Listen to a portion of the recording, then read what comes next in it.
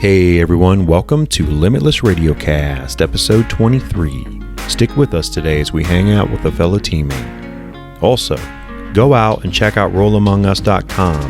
Use Limitless20 at checkout for a 20% discount on all your gear.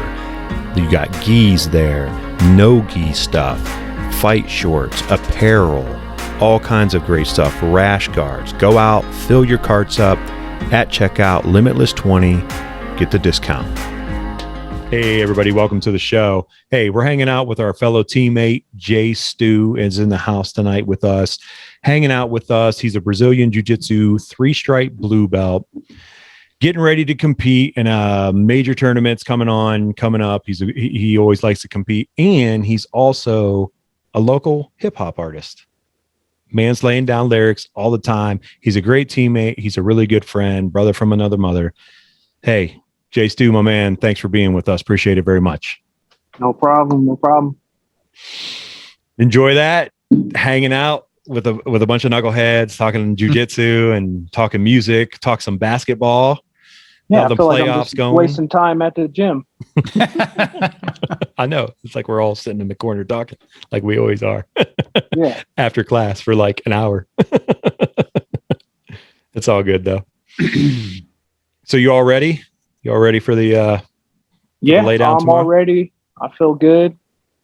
Just got to go out there and perform now. That's all. You got it, man. So everybody out there listening, so you guys are going to hear this and the tournament's already going to be over, and we'll actually give you all an update on how my man Jay Stu did and how all the coaching went and all the knowledge that our coach, Chad Kuhn, aka Wizard, put down on us. And so, you know, you guys will hear, we'll tell you and we'll feed you guys all in on like what Jay Stu did and how everyone did from our team and everything. But so that's why we're going to talk about it. We're just going to lay it out there. Right, Chad? We talked about that and like getting all ready and gearing up, and I'm going to say it. Who's going to carry the boats tomorrow? Hey. That's right. You knew I was going to say it. You had to know. I don't even you know what I mean? Like I'm careful on how much I listen to that type of stuff because I only want to use it when I have to. You know, I don't want I don't want to overuse it. Well, tomorrow I don't want it to get old to me. Well, that's never going to get old. And the cookie jar always has something in it. So you're going to dig in that cookie jar when it sucks, if it sucks and things that get tough. Tomorrow, you're just going to be like, you know what? Time to dig in the cookie jar. I'm gonna get something out. I love to suffer, so I'm ready. Yeah, there you go. See, it's gonna be good. What do you think, Chad? No, I mean, I think everybody's ready.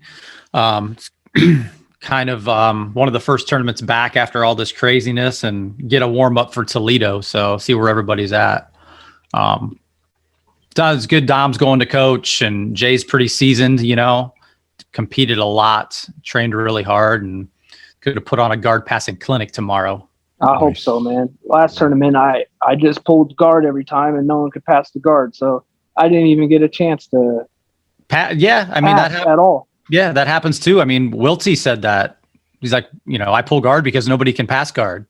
And that I couldn't agree more. It's like whenever you start to understand how to pass guard, you understand how to play guard. I don't know, it goes hand in hand, I guess. Yeah. For me, it does. Yeah. Mine was backwards. I always played guard first and then started passing later. Yeah. You know what I mean? I never liked to pass, but now I get, I like to float pass and, just kind of mess around with all that stuff. So why do you think people don't like to pass? It's harder work. Yeah, that's a good question for sure. It's a lot. I think it's a lot harder, especially if you don't know how. And people get stuck in close guard. To them, that's I can't pass guard. Well, what do we say? Stand up, pass guard. Stand up, yeah. Don't get in the close guard. No, it's death. It's death. There you go. I don't even have to say it. Jay just finishes my sentence. Yeah. I've said it so many times. I do not like getting in the close guard because it stops me from moving. So. And I say it. And guys they'll stall in close guard. Absolutely. Yeah. I just told a couple guys at noon class the other day that were having a hard time passing close guard. I'm like, for one, don't get in it.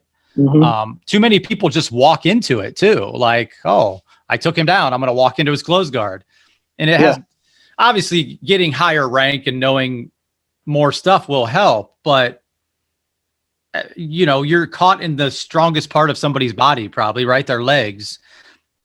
It's hard to get out of there. I've seen you go to stand up and they sweep you, and yeah, man, and then it's like you're working, and then once you slow down, you start to realize maybe I'm a little tired, and then you know you start thinking. Yeah, that's why I don't like being close guard. I want to keep moving. Yeah, I think passing guard is a hard thing for a lot of people. It takes a lot of energy. You know, we've talked about that with footlocks. People jump on footlocks, right? Because sometimes it's easier than passing somebody's guard that's really good. Oh yeah. And it's not a knock. It's just, I think it's fact, right? I mean, you can drop into a footlock is a lot easier than passing, I think. Yeah, for sure. Yeah. But we'll see. I think it's going to be good, man. You got 2 lungs. You know how to pass guard now. You know how to pass guard now. What else you want? What else you want? I don't know. There's always something to be worked on. I know. But yeah. And like you said, Chad, like you have 2 lungs now, Jay. So, I mean, how did this happen? How did all that happen? I mean, I still cannot pinpoint, you know, when you get hurt in training, you're like, oh, it definitely happened here. Man, I have no idea. I have no idea when it happened. They said it was from a blunt trauma. So someone smashed me at some point in time. Sure. So yeah. I have no idea. Man, it still blows my mind, man. Like, you know, and we've talked about it before, Jay, like many times. And, you know, and I know you got the scar on your side from the whole entire, you know, going through the whole process. And I mean, you had MRSA at one time too, which is awful as well. Oh, you've had it twice. That's right. Back to back. I mean, I basically had it for 2 months, and that's why we weren't training. That was the weirdest thing. Oh, wow. We were shut down. Yeah, we were shut down during the pandemic, and I was running on the treadmill, and doctor says, he thinks deodorant clogged pore. Oh, that's right. That's got infected, staph, and then MRSA. I don't know. Man. Can you tell a difference now, even coming through all that, you know, having MRSA, which is awful. It really runs you down. It really, you know, it messes with all the chemistry in your body. It doesn't make you work right. And then obviously working on one lung, and you still trained. I know how you are and what you push yourself through and the way that you work. Now that you feel great in terms of your body physically, like, do you see a difference or feel a difference when you're rolling with us at the gym? Like, you know what? Oh yeah.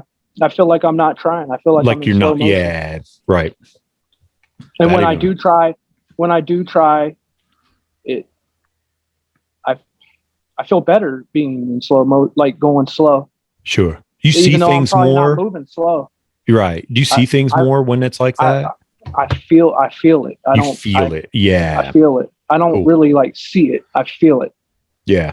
I don't know. It's like, it's just hard to explain. No, it's not actually. So Chad and I rolled on Wednesday night, and it was, and Chad will, and it's kind of funny. Like Chad's like, Terry had an epiphany, but it was like that for me because I love, obviously, and I know you enjoy this as well, rolling with Chad and Pete in there. And I love it. And I love rolling with you too, Jay, because I learned so much. And that's kind of where my mental state always is. Like I always want to learn. I'm okay with, you know, I'm taking the beating, but I'm okay with that. Cause I'm like, I'm not gonna, if I don't fail, I don't succeed. That's kind of how I always look at it. So with Chad, like he tripod swept me, came right up on top, and he just floated for like 2 minutes, like on my ribs, one knee. And it was like, he wasn't even touching the ground. And like, afterwards I was like, no one has ever done that. Like no one, it was me just constantly fighting his grips in different locations, you know, and he was like, yeah, like afterwards, I know like Chad was joking, like you were like, he had an epiphany, but I did. Cause it was like, oh, this is a different level of jujitsu that I haven't seen yet. And I haven't seen performed on me. So like, that's how I look at it with, going slow motion. Like I feel it. So that was something I haven't felt yet. It was like right now, even though I'm very early, obviously, in my journey, I'm starting to feel things. Like I kind of feel things when certain things are coming, so I can instantly react to them, and I can move a hand or I can move a body part, or, you know, make a leg or do something, or make the decision first, as Chad has coached forever. And you know this, like you make the decision, don't let them make the decision, you know, like dropping whatever, doing something. And it, like when you say that, it's like, it's a feeling, not a knowing. And it is, man, like jujitsu becomes a feeling. Like so much more than just knowing. It's like, oh, I feel it, man. Like I feel this coming, or I feel the leg coming up slightly to where, yep, I'm going to back out and not get triangled right now. You know what I mean? Like, right. So, it's awesome. Like that's cool. Yeah. And that way I was passing the other night, or holding side top pressure, is something I've been doing probably the last year or so, just feeling more comfortable on top. I'm heavy when I need to be heavy, and I kind of release that and float when I need to float, right? Because I know Terry's a bigger, stronger dude than me. If I lock him down in side control, he's probably going to roll me if I'm not careful. If you're not careful, right? Yeah, and I think that's where people put all their weight on one point, you know, and that's easy to move when all that weight's in. You know, that's when I always tell people, don't put your head past their belt line, because that's when you're going to get thrown, you know. So, and just doing, you know, sometimes I couldn't, you were pushing off with your one hand, so I stepped on it with my foot. Oh yeah. You know, like instead of, I know you're like, that sucks, doesn't it? That's what he said literally in the rule. He's like, that sucks, doesn't it? And I was like, yeah, you're like taking my hand away from me. Like he's stepping on my hand. I couldn't use my hips. My hands were tied up. So I just used my foot and stepped on his wrist. Yeah. My hand was on the mat and he stepped right on it. And I looked over and I was like, son of a gun. I was like, all right.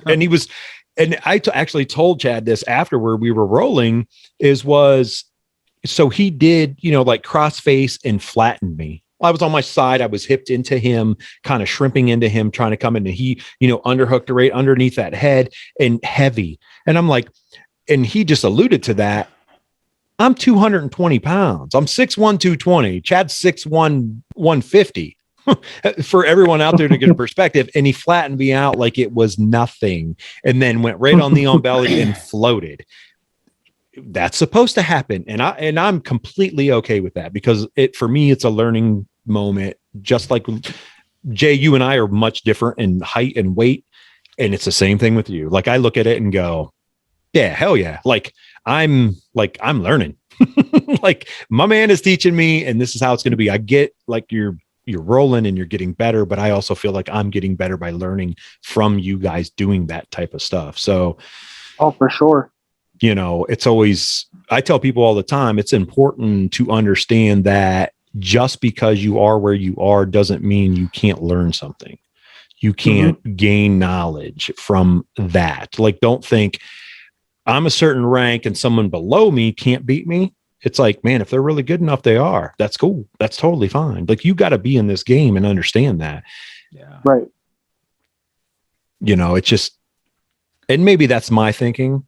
And I know a lot of people like don't understand or don't think like that. Go ahead, Chad. No, I think we all have that because of the atmosphere we've created at East Coast, right? We want everybody to, regardless of rank, you know, we want everybody to be good. And I said this many times, you know, over the years, Jay has made my guard better because of his guard passing, you know? You know, different people bring different things, no matter rank, you're going to look different. I used to, Mike Broom was probably the first one that started passing to the passing to my left, right? Most people pass the other way. So that made my guard better, right? And now I funnel people that way instead of the other way. Right. You know, so everybody's got something to give you. Super annoying, by the way. Oh, 100%, dude. What? Yeah, every time. Oh, yeah. Because you've always pass on our good side. Yes. Come on, man. Let us try. Every time I'm always like, dang it, I suck on this side. Even Wednesday night, like you go to that side and I'm like, I have to go to my right side. I want to go to my left side where my right hand is dominant. Then go there. Yeah. You can go there. Well, shout out to all the people that only drill on their good side. That's why I went leg weave right side and then tried to, knee cut over. And then, yeah. I was like, yeah, well, now it. there's certain passes I prefer to pass on my offside, which is not my offside now. Right. Yeah. Because So- you've done it and you're comfortable with doing it for sure. Yeah. Yeah. But you'll always have, people talk about, do you drill both sides? I leave it up to the person because I always think of Marcelo Garcia, who only arm drags to the right. And Oh, really? Yeah. Wow. I mean, Okay. he only does it to that side. That's his strong side. He would probably never do it to the other side. But he's probably got something for the other side, though. I'm sure he does have something for the other side. So, Or he knows how to make you step to open up the right side that he wants, right. So For again, sure. I'm not saying don't drill both sides, but you're always going to have a more dominant side and something you're always going to set up, Yeah. So I figure if I just keep rolling with you guys and you funnel me to my bad side, then it'll become eventually your good. I'll be, and then I'll be like, I'll go to the other side and be like, wow, this is my dumb side. Yeah. As we say in jujitsu. Yeah. Can I go to my dumb side this time? And then you don't know what you're doing. Yeah. At least at my spot where I'm at right now. Just fake to your dumb side and then go to your good side. So Yeah. I've started doing that, like watching you do it. And once we went through, that couple weeks of the leg drag, and I was like, wow, like I really, really like this, like just switching those hands and grabbing that ankle. And obviously, I like doing it. I actually on Wednesday night, like rolling with Chad, like I went right, faked right, kind of, and pulled left and came around to the side and took side control, not side control, but quickly came right back into me. Not toot my own horn here, guys. So just know that. But I was like, man, like that is so nice. Like that whole leg drag system, like pulling one side or the other. And if you mentally think quickly, you can move, man. Like if you're willing to move your feet and move your body. And sometimes I go, hey, I'm a little big to be moving like that, but I'm okay with that. I'm like, you got it, man. You can move. That's what I like. Thank you. I appreciate that because there's no rules. I don't want to be like, trust me, I like whatever. Smashing's fine, but I really like technical movement. I really like hand placement and not gripping a lot. Like Chad gave me a great tip a couple weeks ago because I was rolling with him and I just held a grip like really hard for a long time because I know my grips are really strong. But, he told me, he was like, you got to let go of that. Like, I know you got it, but let go of it. Move your hands. So, sometimes those grips are fool's gold, man. Yeah. And for sure. Yeah. You got to think about, especially in that situation. I remember that because you were passing and you had a sleeve control. I just held it. Yeah. On my left hand, you were passing to that side.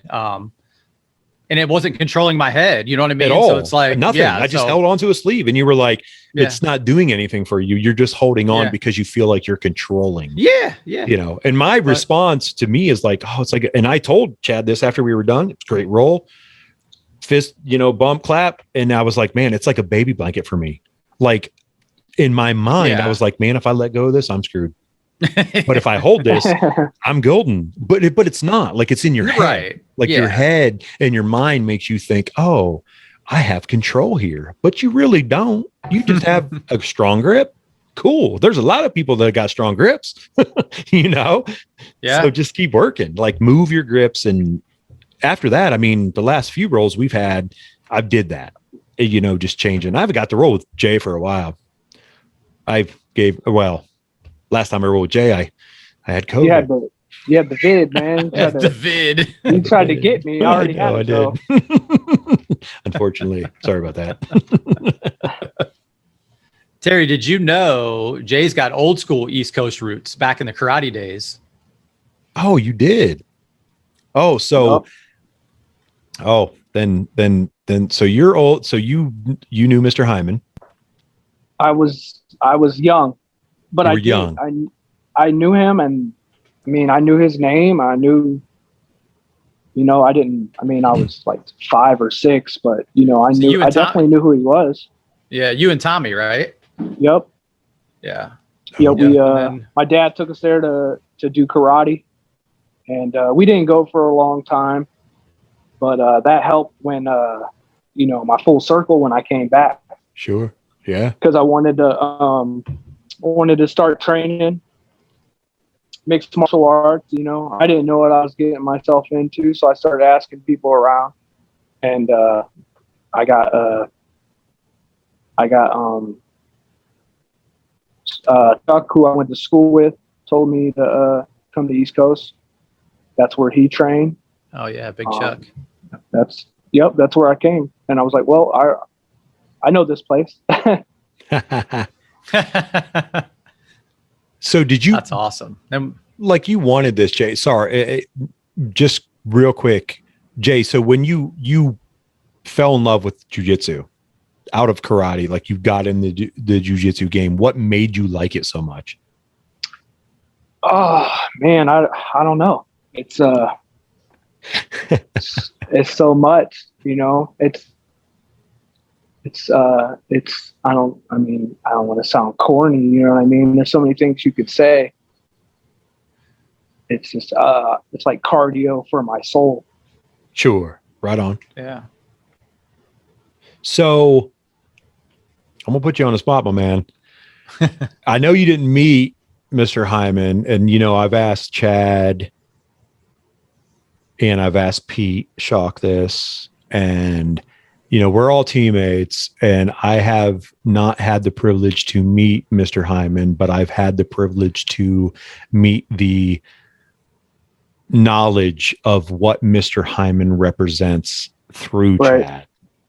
So what does East Coast martial arts mean to you? And because he's in front of you, what does Chad mean to you? Oh, Put him on the spot. That's what we do here. Limitless Radio Cast. We put people on the spot. it's got these tough questions. Oh man, East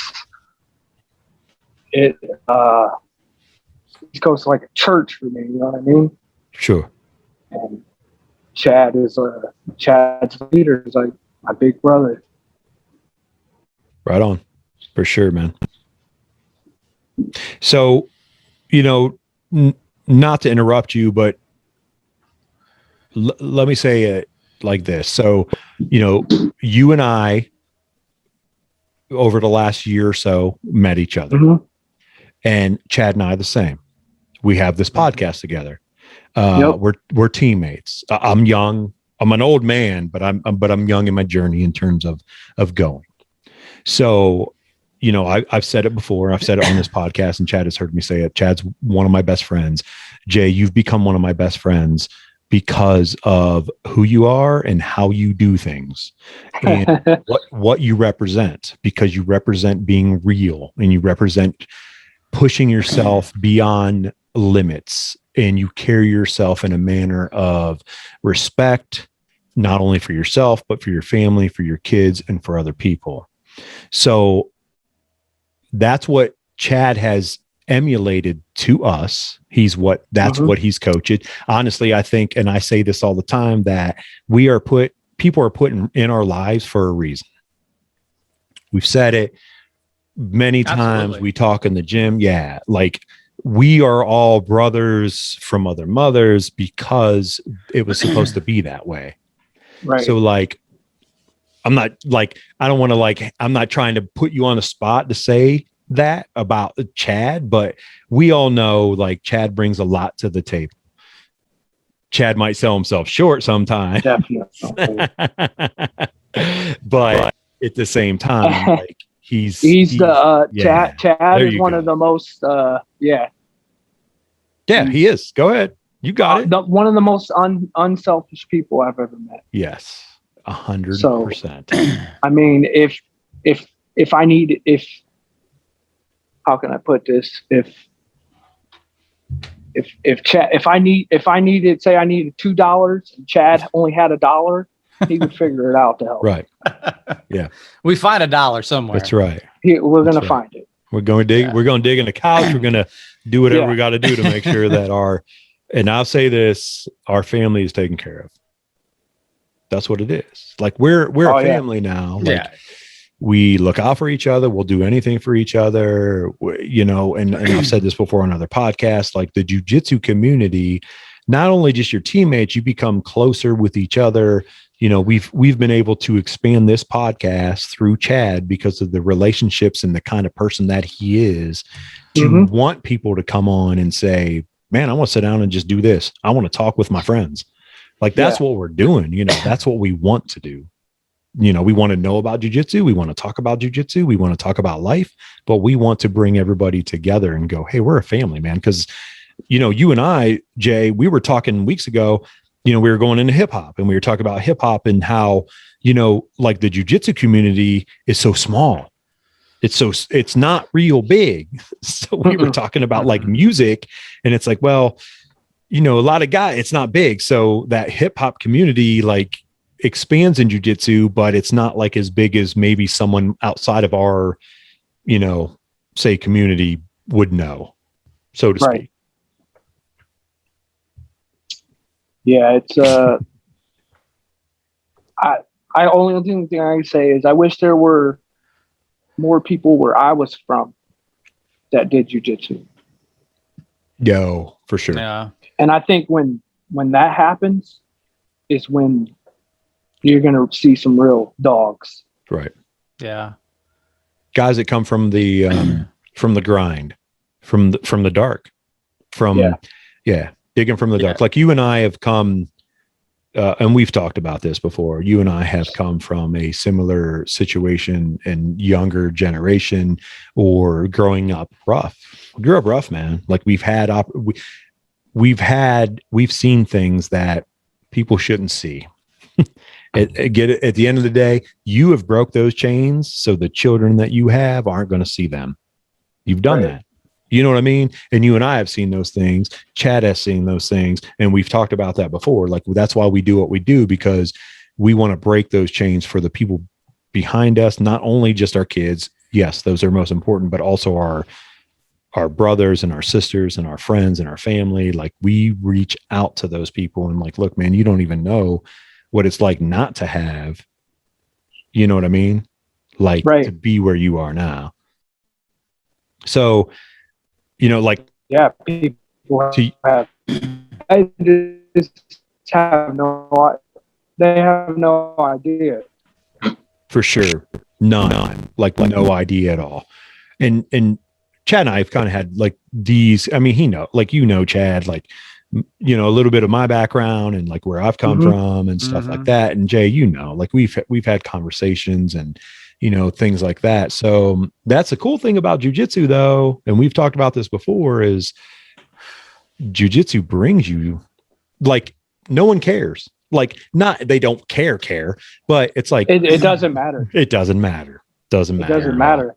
Yeah. And then that's the most beautiful thing. Cause like the three of us probably would have never met without jiu-jitsu, right? From different areas, different parts of the area. And, you know, different. Yeah. Just different. For sure. But like Jay said, it's an interesting point what you said, Jay, where when people come from where you come from, start doing jiu-jitsu, you're going to see some, because it's something you can't teach, right? It's that never quit. Before I knew Jay, like really knew him, he was kind of that guy. It's like, I remember Broom coming over to me. He's like, that guy won't tap. Like I don't know what, I don't want him to get hurt, but he won't tap. He still doesn't tap. I can't get hurt. I can't get hurt. But for the record, everybody out there, that's that attitude and right. Not give up. Yeah. No, and this is just I'm getting after you, son. You don't burn. Like we had this conversation this week at the gym and Jay was like, I don't burn. And everyone was like, what? I'm like, the sun is scared of Jay. Like he doesn't burn. I don't. And for everyone out there that's not watching, and if you don't know Jay is very fair skinned brother, and he is red haired. So when he says he doesn't burn, you go, wait a minute. Hold up a second. But I believe him because listen, there's people at my table, and Chad and I have talked about this before. Jay is at my table because Jay would push me and support me and do what's necessary for me to be better. And I only want people at my table that do that. They'll support me, but they'll challenge me. They're not going to give up on me, but they're also going to make me work harder. Chad does that. Jay Stu does that. There are other guys in the gym that does that. And those are guys that are at my table. I know it sounds mean and selfish, but I've said it a million times, man. You can't have people at your table that's not bringing nothing to your table. You know? It's so true. It's carrying the boats. You're only as good as the people around you. So for sure. That's how I look at it is, being, if I'm around you and I'm not giving up, you're not giving up neither. For sure. Yeah. Nope. I say that a lot of time. Mr. Hyman I heard Mr. Hyman say it many times why he was so successful is because he was around people he brought people in that were better and smarter than him, which is a huge statement because that dude was on it. That guy, but he always brought people together, man, and knew how to build that. So for sure. Yeah, for sure. Jay, what do you think Hyman did to Chad in terms of what kind of legacy did he lay on Chad? Man. Well, first of all, I just want to say, East Coast started in garage. Yeah, a legit garage. So that's like the coolest thing ever to me.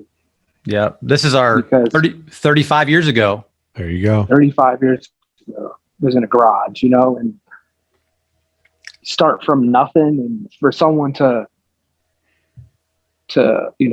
foresee and build that, and like you said, he put people in position to help him and get it to the point. And then Chad, he has to carry that torch now. I mean, he doesn't have to, but he's going to. Right. And kind of ingrained in him. Yeah, it's like he's trained for the job. And yeah, I mean, I feel, again, Terry talks about things lining up, and me managing the gym and taking over that role just lined up at the perfect time. Right. It lined up the exact perfect time where the job that I was doing was on the way out when I was in that buying gold from people and stuff. And sure. It just, Mr. Hyman's like, hey, you want it? We had a meeting, and, I was kind of him hauling around. He like stared at me. He's like, listen, do you want it? And I'm like, yeah, let's do it.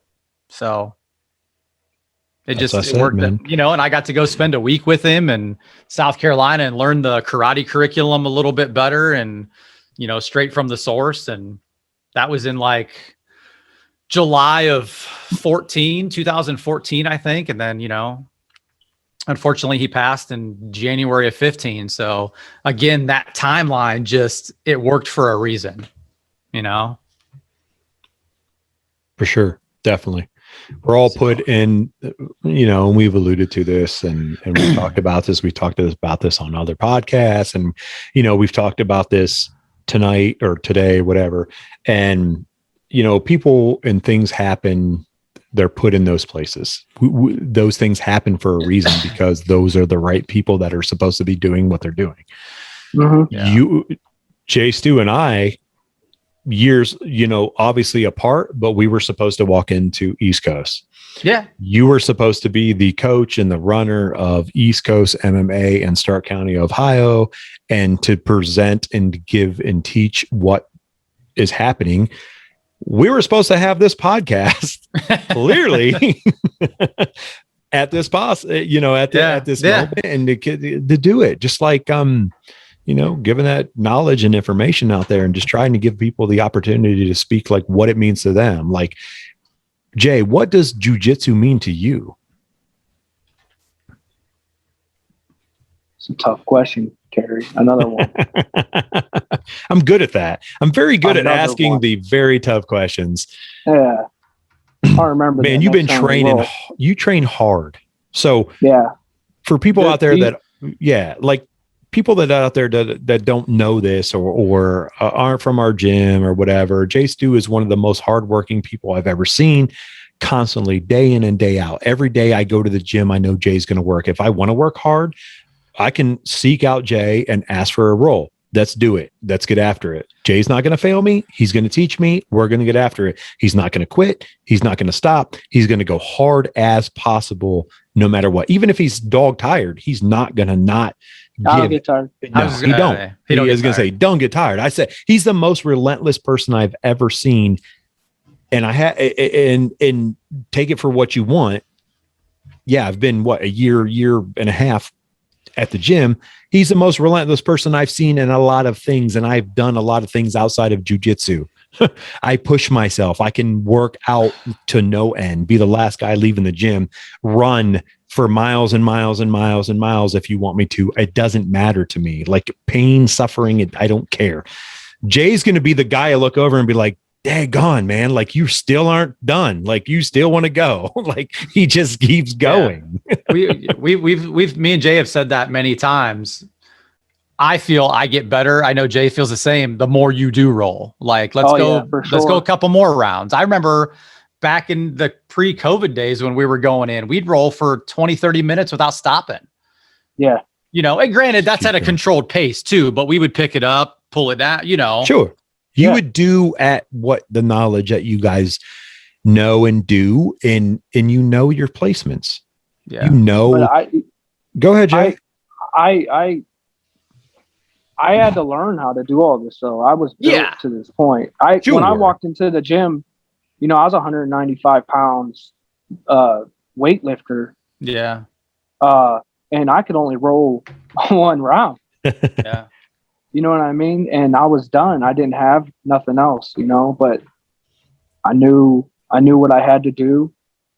I lost a lot of weight, and I've built it. I've built myself. I've trained myself.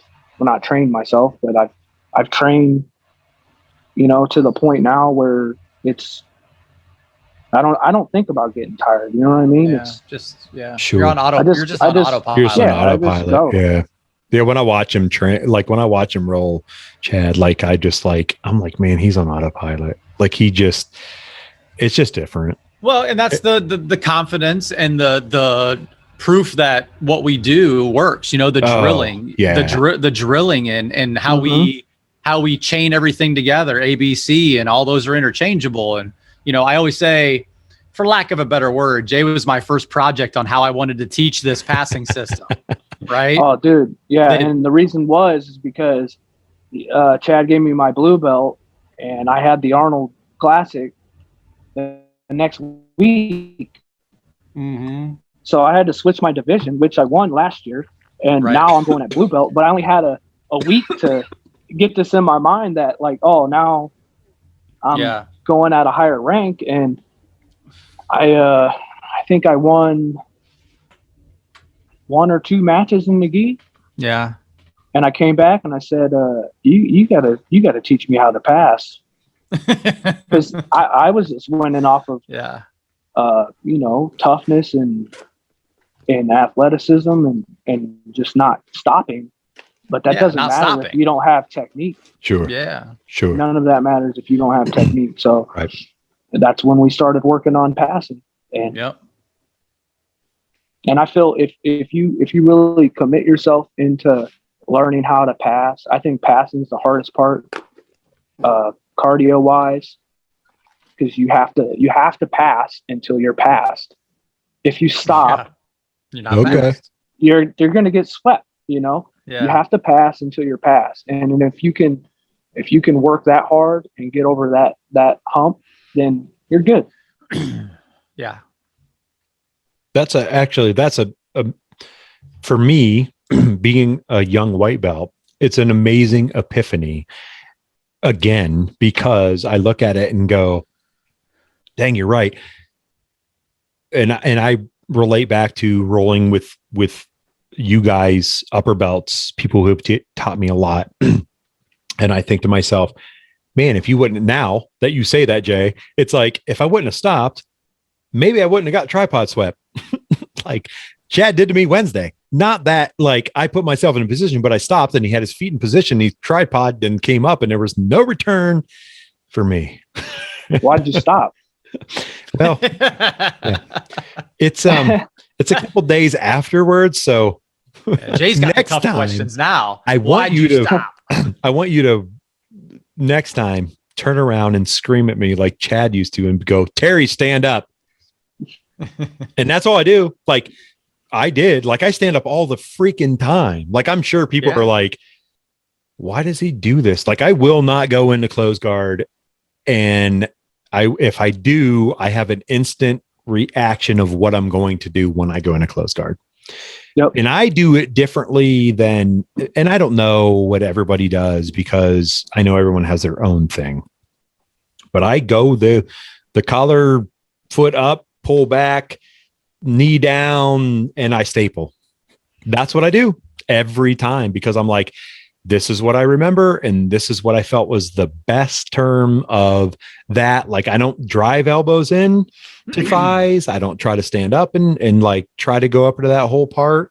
Like I don't try to do that at all. So it's kind of like, I'm going to go to what Chad has taught me to do and drop that, pull that collar back, put that leg up around that lapel and then push that knee down and then just stable over and then go from there. Yeah. Get in the pocket. Get in the pocket. I know. Get in the pocket, leg weave, stand back up, either knee cut or X-pass. Hard cut X-pass or knee slice through hard on the other side. All of it. Yes. That's all of it. Jay, Got it. if I roll with him, that's what I get to see 100 million times because that's what he does 100 million times. But you only need it to work once. It's got to work once. That's it. He's got keep trying until it works. And there's always, for people listening too, I'm not against other. You can pass from the perimeter too with Toriandos and different stuff like that. I'm just more comfortable getting in the pocket. I think it puts people on notice a lot quicker. Like, oh, this guy's coming, right? Mm-hmm. And you be careful with those perimeter passes because you need grips. Right. If you grab the pants. Now I got your sleeves. Now we're playing spider. Right. And I think it's a lot harder. Oh, it is. Yeah. Like, I don't know. When I roll with you two, it's like it's different worlds for me. And you guys are obviously different sizes, but I personally look at myself and go, it's okay to be like this big, this size, and not be able to move like that. Yeah. I can be completely wrong, but at the same time, I'm like, I can do that. Like I can leg drag and step in a pocket and do weave and come back up and keep relentlessly going. Jay, you inspire me to do that. Like to tell you now in front of you, which I've never told you before, it inspires me to do that. Like, I'm like, I look at you and I watch you guys roll. I watch Chad roll and Chad's seen me, the aha moments. Like he looks over at my face as different rolls are happening and I'm chilling out on in the mat. And I'm like, damn, man, like I want to do that. Like, that's what I want to do. Maybe 50 pounds lighter, but hey. Yeah. Nah, you could do it. Yeah. I mean, yeah. Yeah. There's no set frame for that style of passing. I feel, it's going to work. And that's what you got to drill it. You have ingrained that, Chad, like in our, and all the coaching that you've done and all the day in and day out teaching that you've done, you've ingrained that to say, look, I don't care where you're at. I don't care what size or whatever. I know you don't bring that up, but it's like, look, you can do this. You can do it. Will flexibility or athleticism help? Yeah, sure. For sure. Yeah. For sure. Or strength or your size, but you don't want to depend on that, know? Right. So for sure. Yeah. So Jay, let me ask you this. BJJ, you've been in it for a while, 3-stripe blue belt. Phenomenal. Very, I mean, I say it here in front of you and I may have said this in the gym before. I love being around you. I love having you as a teammate. I love all the teaching you've given me. I love all the coaching that you've taught me and stuff. What do you want your legacy to be at this point? Because I know, so your dad was a great wrestler, local, Stark County. I know that. Your dad was a amazing wrestling high school man through and through. And I know that that is something that's huge to you. I know that is. What does jiu-jitsu legacy mean to you now that you have extended that? Because you've taken his torch from wrestling and you've brought it into jiu-jitsu. So what's that mean to you? Oh man, it means so much. You got me crying. I know you are, brother. I'm a crier, so it's gonna happen. That's all right. Hey, we all are. It's all right, man. Yeah. I wouldn't have met the men like you and Chad and not, maybe shed some tears outside of this podcast thinking this is where Terry needs to be. This is where I need to be in my life. I need to have guys like you and Chad in my life because you're only going to make me better. You're not going to make me quit. I grew up rough. Like you. I've read the stories of your dad. I know what your dad has done. I know where he was and how good he was. And I know what he means to you. And I know what you want. And I know how well you want to do this game. If lack of a better term, as talking about this, you're a great jiu-jitsu practitioner. So don't ever sell yourself short. Okay. I'm always going to back you no matter what. I'll be a white belt. I'll still back you. I'm behind you, brother, but you're going to carry me. You're going to help me, but I'm going to back you. You know that. Like, I will never, ever sell you short. I will never, ever leave you. I will always be at that table for you. I will always fight for you. I will always give you everything that you need to get there to succeed. Like tomorrow, you're going to go in, you're going to do everything. I wore this shirt specifically for you. So this is, what does it say? Oh no, there is no struggle without gain. This is no gain without struggle. Okay. So I'm trying to read it upside down, guys. So I wore this because I want Jay, and as we said in the beginning of the podcast, Jay's going to compete tomorrow, right? Jay means a lot to me. Chad means a lot to me in their ability to do jiu-jitsu. I look at them as mentors for me because they didn't shun me away. Lack of a better term, as my friend Chad says. It's hard to grow up hard and to find people that accept you for who you are. And sometimes you get embarrassed. So, yeah. and you don't know, it's like, man, I don't know if that person's going to like me, or I don't know if that person's going to accept me. And obviously if anyone out there that's listening and you haven't ever done jiu-jitsu, it is super hard to walk into a gym and go, oh, I'm going to suck and everyone's going to make fun of you, because there's an ego thing and there's all that whole process. So, not to derail this whole thing, Jay, right. Your dad means a ton to you. Your dad was a great wrestler. I know you want to carry that legacy. I know that's why you work so hard. I look at you, man, and I'm like, this guy works so hard because he wants his kids to know that working hard is important.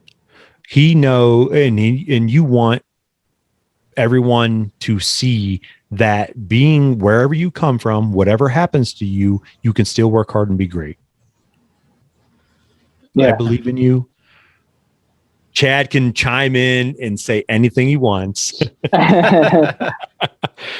is kind of my area. Yeah. This is what I do. Chad knows this. Like, I want to encourage people to be great and successful in everything they do. Jay, you heard me talk before. What does that legacy mean to you?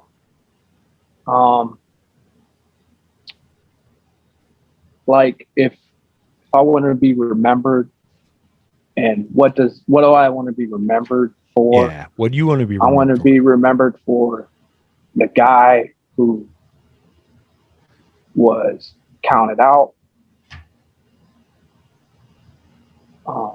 underestimated, and outlasted everybody who he wasn't supposed to. Yeah. And did things that were comical because they were unbelievable. Right. And the only way to do that is to work hard. Yeah. 100%. And that's why I work so hard. It's because, you know, I feel off of everything you just said, you know, and I think I'm very bad at verbalizing it when it comes to just saying it. Yeah. I'm more of a, you know, show you. Yeah. I just, you know, that, you know, my goal is to compete for world championship, you know, and I hate when people say, you know, that us coming to the gym, and I hate the term hobbyist, and I hate all of that and saying that it's impossible, but I love it at the same time because it drives me to prove people wrong that, you know, somebody like one of us can go and achieve something like that. Mm-hmm. 100%. That's the legacy that I believe. That's what you want to leave. So I'm gonna put one of you on the spot. I already put you on the spot too much, Jay. It's Chad's turn. It's always my, yeah. All right. It's always turn. Go ahead. So, No, what are you gonna say? Oh, this is hard for me. This is hard for me. So, man, like this meant to be for me. So, like I love Jay like a brother, man. It's like we grew up across the street from each other, from, you know, like the hard life. Like we know what it's like to have nothing. We know what it's like to stand in lines to get things and to be nothing to people that don't believe in you. So, Chad, what does Jay mean to you, or what do you want to tell him? Because I know he's competing tomorrow. And for everyone out there that's listening, obviously this is all going to take place in different times, and you guys are all hearing this now. We have a tournament that's happening at our gym tomorrow. We have to be at. Okay, we're going to take care of that. Jay is going with very good people around him, very good friends around him that are going to coach him and be in his corner to succeed, because we know Jay will bring it. He's bringing it. There's no doubt in my mind he's bringing it. So go ahead. Oh, I'm listening. I know you are. I'm listening. Clapping them hands, brother. Tell Jay what you're going to tell him if you can't be there tomorrow to coach him. Well, here's the beautiful thing in that is I don't have to, because we've trained together enough over the years, and I've coached him. He'll hear me in his head, right? No. Yes. So I don't even have to say, hey, you know, you need to do this. He knows what he needs to do. We tweaked some things the other night, you know, and that's it. You know, I don't have to say, hey, don't give up. I don't have to have that rah-rah speech with him, you know, and all that stuff. He knows what to do. He ain't giving up. Crap. He's not going to give up. So there you go. I mean, I don't have to say much. He knows what he means to me. And yeah, you don't even have to say it. You know, the other day we tweaked some things, and he's, you know, I was showing him something. He's like, what do I do when I can't finish the crucifix? Get up and finish the Kimura. He's like, it's like, you know, just that one little tweak I need. I'm like, yeah, that's part of it, right? Knowing each other's game, and we keep fixing it and tweaking it and making it better. So, you know, and both of you, I know we talk about friendship. I know I could call either of you at 2 a.m. to like, hey, can you come get me? It doesn't matter where I was. Let's do it. Can you come help me? Yeah, let's go. I'd probably hear you start your truck before we got off the phone, So, that's what it's all about. We always show each other that, and for sure, that'll always continue. So, yeah, I will never sell my jiu-jitsu brethren or sister in short, no matter what. Yeah. And we talk about being emotional, and laugh, and you get teared up about things. And I think that's because of the passion and the hard work and the true, people, you always hear that blood, sweat, and tears. Well, we put that in legit. Yeah. It's not just a saying.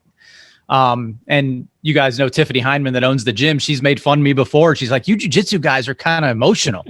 We always talk about getting emotional. Very emotional. Yeah. But I think it's just that energy that we put in, I can't help it, I can't either. Yeah. For sure. Yeah. It hurts. So, Jay, earlier in this year, in this season of our podcast, Chad and I did a podcast together, and it was just about Chad, like what his legacy was, what Steve Hyman meant to him. It was hard, Chad, and you can alliterate on this. It was hard for you to answer that question, like as in, hey, let's do that on another show. Yeah. Because it's an emotional situation. And I have found myself in that. You and Chad have been together for a long time. Many, many, many, many hours of working. I've gone in early. I'm an early person. You thought you were early. You thought you were early. Yeah. And then I go in and Chad and Jay are rolling already for hours. Like they go in and they work, but that is the commitment of being successful. Anyone out there, if you want to know something about life, it's called being a present, being early, pushing yourself to be more than what your standard self is. Jay and I have talked about this. Chad and I have talked about this. I know we relate to other famous people who have done this, who are in social media about doing this. It's about real life and about being harder, about on yourself, pushing yourself to be more, pushing yourself to be better. And hell, who could you ask for more than Chad and Jay Stew to say, hey, let's show up and roll for like an hour before class even starts? I go into class and these cats are already lathered up and sweaty and like, oh, we already rolled like, an hour straight, constantly working on stuff. No water. And now we're going to do, another hour of class of training. And then we're going to roll for another 25 minutes after that on top of it. Now, hey, I'm not trying to knock anyone else out there not doing that, but you want to be good, you want to be great, do that. Search that out. How do you get better? How do you get better at jiu-jitsu, Jay? Do more jiu-jitsu. Do more jiu-jitsu. And that's not knocking anything about working out. Obviously, that's all going to help. Look at Pete, right? I sometimes I'll do MMA fit before. Yeah. You've done 100 times, man. I've come in and seen you. Yeah. Yeah. Or a lot of people don't know when I come home after jiu-jitsu and I start working out at 11 o'clock at night. Yeah. With me and my little monkey kettlebell down here. Yeah. I'm getting it all helps. There's no doubt. There's no doubt in my mind. Go ahead, Chad. You're good. No doubt in my mind, the push-ups and pull-ups that I've done has helped my jiu-jitsu, so that stuff's going to help. But at the end of the day, if you want to get better jiu-jitsu technique and all that, roll more. Drilling is awesome. But you got to put it to work. You got to test it and roll. I've been around people in the past that can show you moves, but it's like when you put it into play, can you pull it off? Right. Can you do 100%. So it's like, what do you? That's a prime example. Watching you two roll. You two will roll a 5-minute roll, but it doesn't just be 5 minutes. Like it's like 5 minutes. That's a warm up. It's a warm up. Like I watch you two and I'm like, This is first 5 minutes, and they're going again. They're going to go again. I know they're going to go again. And fortunately for me, I'm very visual on top of, Chad and Jay coaching me for everyone out there. Like Jay coaches me just as much as Chad would coach me out there. And it's like, hey, yeah, I'm going to sit and watch these guys go. Like I'm going to learn a ton. So anyone out there that's new into jiu-jitsu, watch the important people. Not that anyone's not important, but watch the guys out there that are doing things that are a little bit different. And you're like, ooh, what is that? Watch it. Trust me. It pays. Jay's coming up. Jay, you're coming up on your 5-year anniversary, right? At East Coast. Ooh, 5 years, man. 5 years with my karate suit. His karate suit. So I was gonna bring that up. Tell them your thoughts putting on that. So when Jay started, we had these macho brand. Okay. Makes martial arts gear, right? They do karate stuff, and it was a judo gi that we had. That was our entry level gi. Well, I'm like 5 foot nothing, probably like 5'8". I don't know. But I weighed 195 pounds at the time from lifting constantly, and I don't even know what size it was. It was an A2 or A3. Well, those weren't even those weren't even A whatevers. They were just a size 5, they were just a 4, size 5. Yeah. Whatever it was, like the top fit, my sleeves came to my elbows, and my pants. I would have to shake my foot to get my foot on the mat because my pants they were so long. They were terrible. And I remember like the crotch of the gi hung to your knees, right? Oh yeah. Yeah, and when I brought it home, my wife said, "This fool done brought home a whole karate suit." So I share that every. Oh, I love it. I look forward to seeing that. But when I did my first competition, Chad goes, "Yeah, you're gonna have to get a real gi." I mean, and then that's when I got my first gi, and it came with a belt. We didn't have belts at the time at the gym. I had a karate belt. Yeah. Yeah, we've. I always talk about doing that picture, the evolution of the East Coast gi. Of the East Coast gi. Well, when I put it on, I'm like, look at these guys. They got gis that fit them. I'm like, why does mine fit me like this? Yeah. I already felt silly enough putting on a gi for the first time or whatever, but now mine looks totally different and is big. And yeah. We got to find somebody that's got one of those old ones and do a picture from those old. Yeah, we went from that gi. Yeah, we went from that gi to combat corner. Now we have our custom, we have nice intro well, I tell gis, these guys, man, they don't even know how lucky they are. No. They get patches and a belt and it comes with a bag. Yeah, it comes with a bag. You guys don't know. Yeah. I didn't get none of that. I did not get a bag. My son got a bag. Yeah, yours. Yeah, we've even upgraded since you started. So Chad was like, "This guy's not going to make it." Look at me now. No, I'm just kidding. I love you guys. I'm just messing with you. Let's talk because time's going to get away from us. Yeah, as much as us three can talk. Yeah, right? I know we can go all night for sure. Yeah, Autumn's probably on her way home soon here, so. Let's talk about hip hop a little bit, Jay. Your hip hop background. Yeah. Making beats since you were what, 12? Born. I was in like 7th grade. Yeah, I was gonna say. So I don't know how old are you in 7th grade? 12, 13. Yeah. So yeah, I started off playing the drums. I got a drum set. Okay. And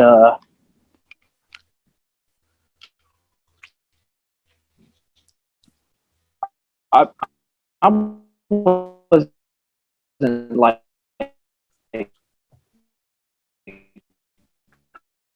crazy. I had a friend where you can make beats,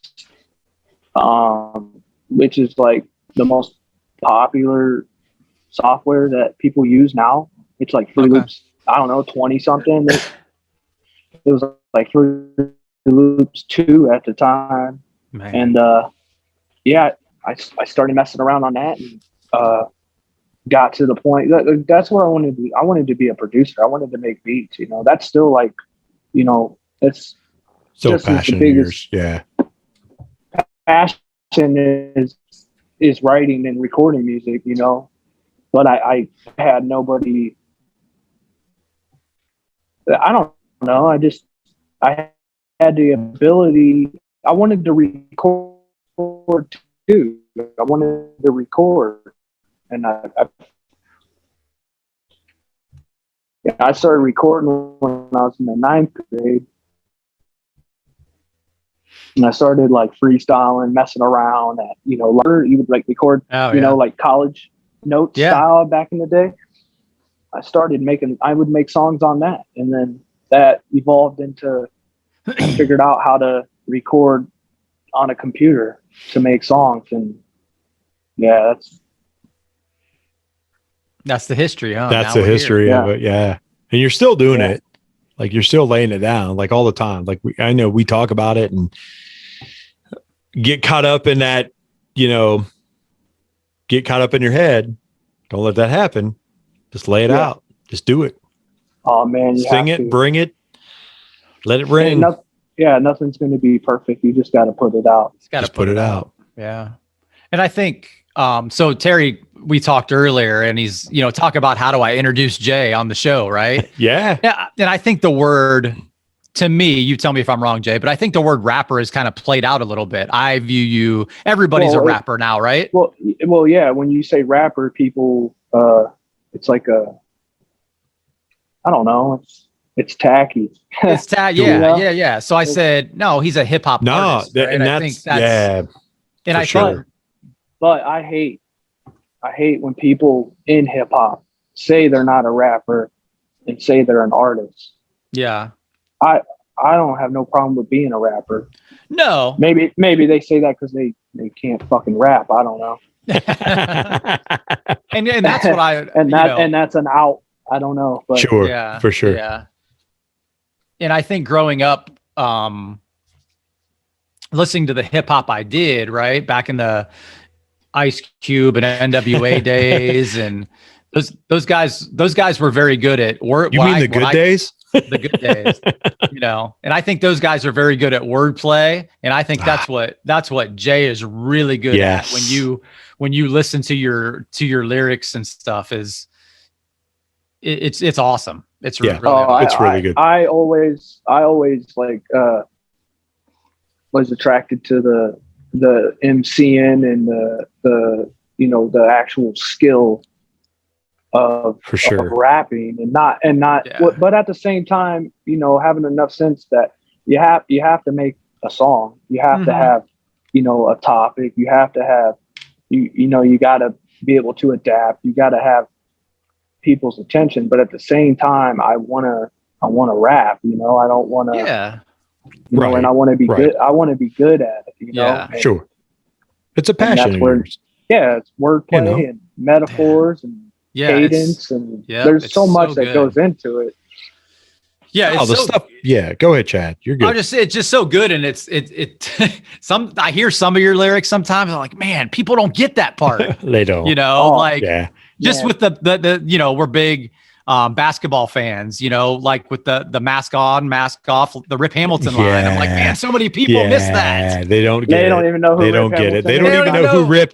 They don't know who Detroit Rip is. They don't. Yeah. And that to me, those are the cool lyrics. I love it, man. I love it. It's old school real play. It's real, legit, like in the trenches. Like if I say it corny, but that's in the trenches. Like that's real hip hop. Like that's real deal, laying it down, not just like I'm trying to get noticed.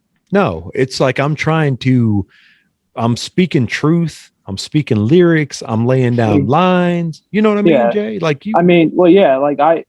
my songs, a majority of them, like the album that I'm working on, like there's definitely some songs that you could play on the radio.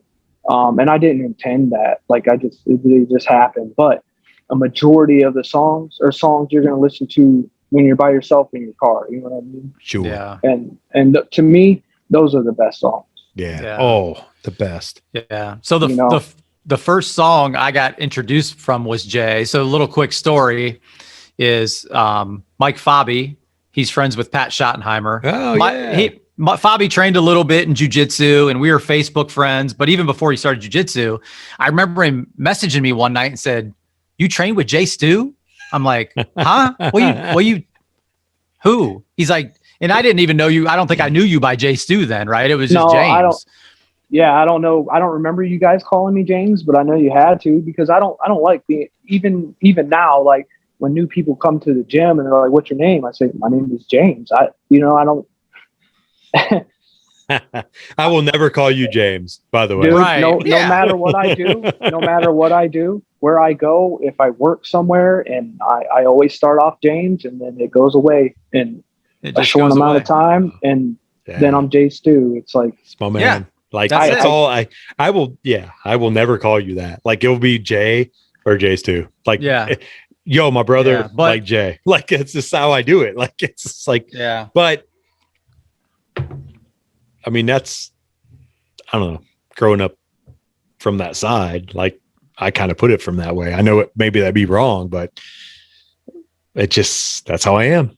Like, that's where I come from. Like, I'm like, that's my man, Jay. Like, nah, that's what I know him as. At the same time, it is my name. Right. It's not like not like you're like, "Hey, Kay." Who is Kay? You know what I mean? My name ain't, it's right. This Men in Black? Like, wait a minute, what's happening? But yeah, that's how I got introduced to Jay's music, was through him and the classic, the classic Hall of Fame. I didn't know who Mike was. That's what's crazy. No, he randomly came across the Hall of Fame video on YouTube somehow. Wow, that's awesome. It was so, and I remember the first time. You remember we played it in the gym? Well, you guys played another song, and I'm like, well, there's like 4 people on this song, so maybe I don't know. They're playing it because they know one of them, right? And then my song came out next. So I'm like, oh, nice. And what's crazy about that? Everyone's looking at me, like smiling. Yeah. And I don't even know who it was. I forget who it was. I was rolling with somebody, and they go, "Wait, you're Jay Stu?" And I'm like, "Who? What?" It's not it's like that's a thing. Awesome. Like, I'm me. I'm not. Yeah. Like, how do you know my music, but you don't know who I am? It's blowing my mind. Like, yeah. Because I mean, for a while, I go to the mall and people would say, "Hey," and I don't know who they are, but I never had it. Right. Sure. I never had it like that. Like, where. Right. Dude, I've been rolling with you for 15 minutes. You didn't know who I was? Yeah. For sure. I don't know. It's weird. Nah, that's what we do. Sometimes. What's crazy is I hate that song. So everybody loves it. That's awesome. Everyone loves it. That's because you hate it. It's because you hate it. Probably why. That's one of my least favorite songs I ever made, because it wasn't like my normal, style. Sure. Yeah. Sure. Yeah, for sure. And I didn't want to be like known for that. Like, but it is what it is. Yeah. All right, man.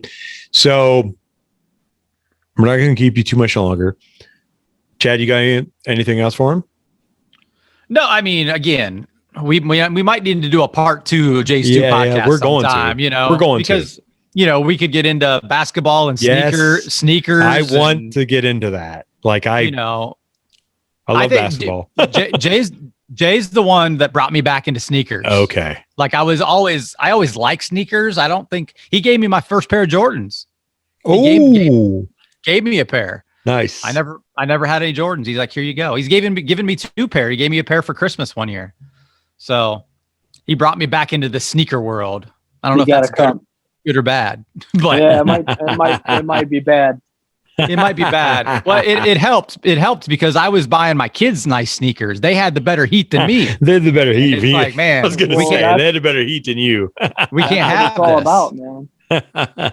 I remember being in 5th grade.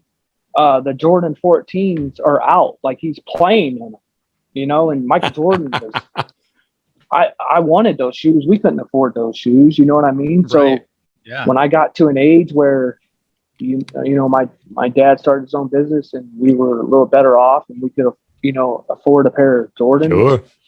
Man, it opened up the door, and that's the rest is history. Yeah. I mean, I got and here's the thing right now that I haven't even worn.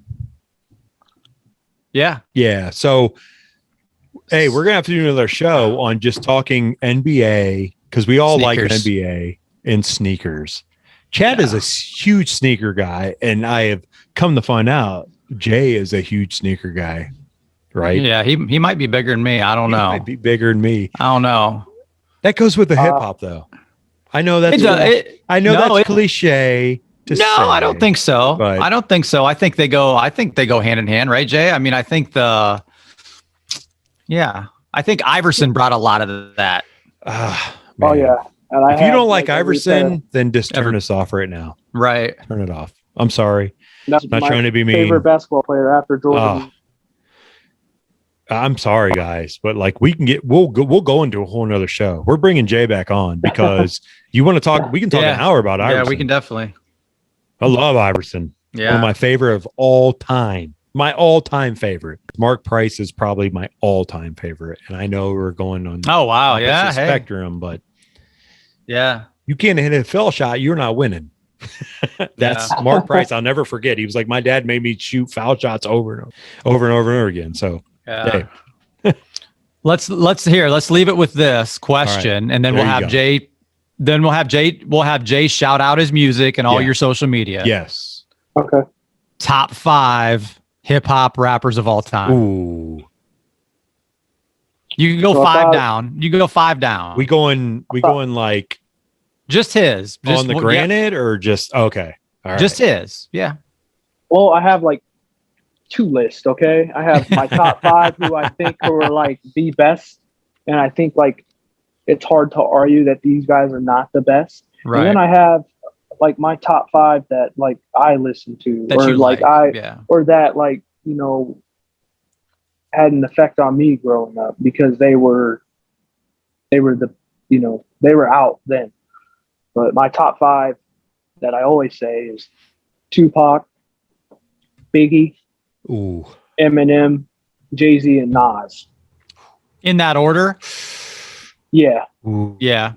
That's good. And then my other top 5 is Eminem, Jay-Z, Lil Wayne, Kanye West, and 50 Cent. Nice. Ooh, okay. So attention, those are everybody good out lists, there. man. I mean, it's great. We're having another discussion on this. we can. we can go all into that too. I can talk rap all day. So Ooh. Yeah. Those are, and for like me, where do you put Ice Cube and Dr. Dre in out there? See, are they like that's 6? Chad, see, you and I are older than Jay. So that's where I'm at. But, so here's the thing. Like obviously I know who all those guys are, and I went back for and I sure, listened brother. to them, For and sure. I studied them. But it's just unfair because I don't get that same effect. Like you guys aren't going to appreciate Kanye West the same way I do. Correct. You know, right. and I'm not going to appreciate No, you're right. You're right. Ice Cube the same way you do, you know. Right. But I know how great he is. Like I love Ice Cube. I love LL Cool J. Like those are some of my favorite artists. I mean, so it's just, you go back to like, I mean, even Beastie Boys, and I know it's a separate like listening and genre, but they came up under like LL. Like they listened to LL, they got hooked with LL, and like that is a whole nother era. You know, like I joke with my wife about this, and I'm like, you know what? It's funny. When I was a kid, I went to the library and I got the very first vinyl of Beastie Boys, and I never returned it. Ill. Yes, and I never returned it. I kept that late fee is going to be and bad. I was like a little kid, like I shouldn't be getting that, but I did. And I was like, Mom, I want this vinyl. And she didn't care at that point in time. And I can get in that later, but like listen to that all the time. Like, and so you go, yes, Jay, you're right. Like there is different eras, genres that we're all going to be. Everyone you said got mad props because they're all icons in what they did. They're all icons on where they are. And we tie this into NBA or tie this into basketball. Same way. It's different styles, different it's the times. Same way. You can't, what's your Mount Everest? That's the thing. And I hate that. Like I go, people are like, oh, what's your Mount Everest? What's your Mount Everest of whatever. Martial arts? What's your Mount Everest of basketball? What's your Mount Everest of hip hop? It's like, we could sit here all night. Well, it's all, at the end of the day, it's all perspective. So, I mean, oh, for sure. No one's wrong because that's what they like. That's what they like. 100%. Absolutely. So. And with that said, I like Jay Stew's music. So, brother, tell us how all our listeners can get after you. You can find me on Apple Music, Spotify, pretty much every, whatever you want to call it, should be under J Stew. I have an EP I put out last March or 2020 March, COVID-19. I got the Hall of Fame song floating around out there. I got working on new stuff that I'm going to be putting out here soon. Hopefully, my goal is to put it out. August would be amazing. Probably awesome. It's going to be more like October, but just keep your eyes open for that. I think my Instagram is IamJStew. Facebook. I got battles on YouTube. Look those up. Oh man, look up some of them. Yeah, look up some of them old school battles when he was in high school. When he was in high school, I know. I watched some of them, and I'm like, hey, I know that. I got suspended for a battle one time. I'm not surprised. They said I incited a riot. That's awesome.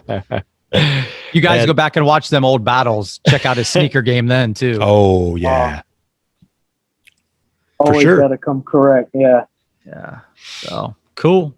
So hey, everybody out there listening, watching, check it out. When Jay drops this, we're bringing it. All right. We're bringing it on Limitless Radio Cast. We're going to bring this. All the sounds that you heard on this show come from a man, Jay Stew. Everything that hear, this is coming from Jay Stew. When he comes on, when he drops this in August, or when we get to him and it drops, he's going to come on. We're going to get it out there. Everyone listening, we're going to promote this. We're going to hear it. Everyone's going to know it.